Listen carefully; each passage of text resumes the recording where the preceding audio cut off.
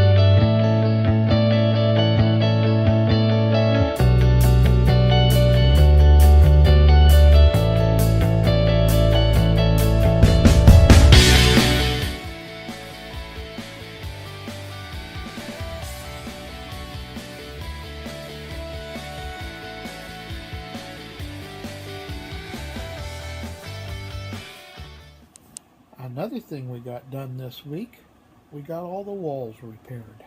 Now we're ready for paint. We're getting closer.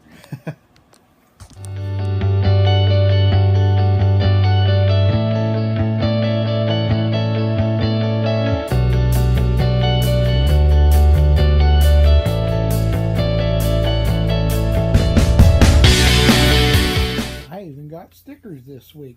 Thank Mike from Kinderhook Woodcraft. Got one from Eric at Jack of All.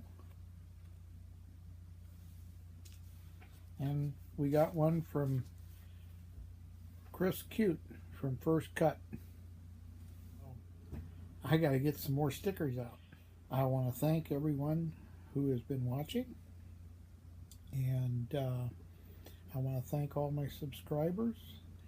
And if you have found my channel and you like what you see, please subscribe.